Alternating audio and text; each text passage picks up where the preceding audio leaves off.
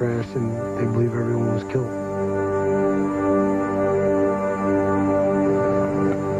My mother ended up having a heart attack behind that. So we actually had to take her to the hospital.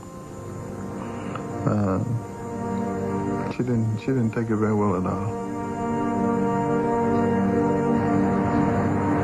I had been directly involved in a lot of the boys that were on the plane, and I knew their families, I knew their parents.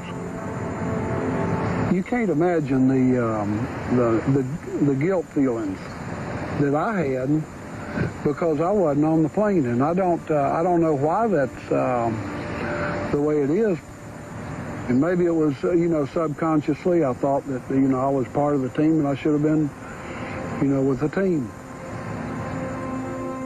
There was 10 guys just off our floor had gotten killed in the crash.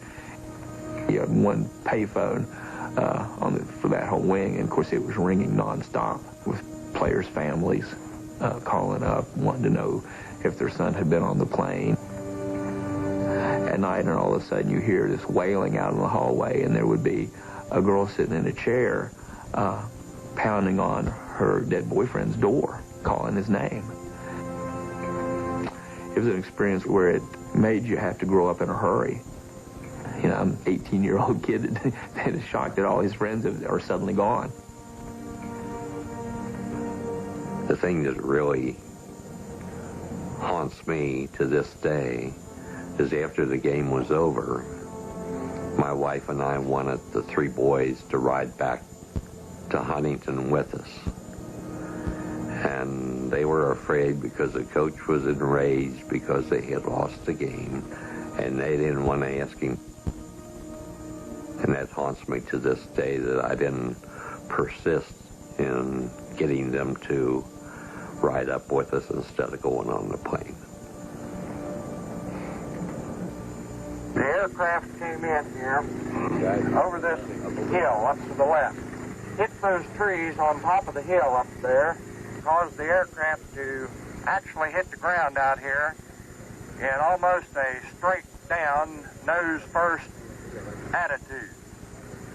The bodies were all right with the aircraft or in very close proximity of the aircraft. We have a total of 75 bodies that we have recovered, and we have them in refrigeration for further work toward identification. The bodies are extremely charred. None can be identified physically. It's a physical impossibility.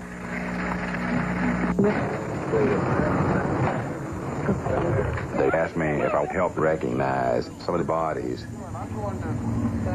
So I was identifying players by that shoe belongs to so-and-so. I recognized rings, necklaces. And it's amazing what you see when you're in the locker room with guys every day. I recognized a thigh on a guy who was not burned. That's how we identified all of the bodies except for 6. Tonight, the world mourns. Hallowed be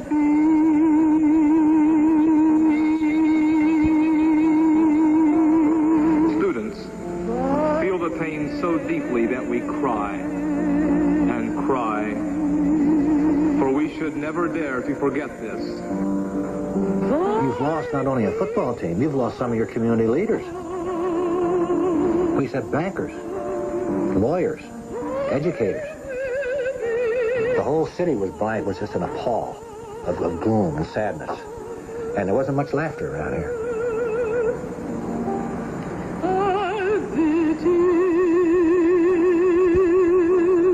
I was not physically strong enough to go to all these funerals. The only one, of course, I attended was my husband's. You can't dwell on the way things could have been. It's just one of these things that happens that change a lot of lives.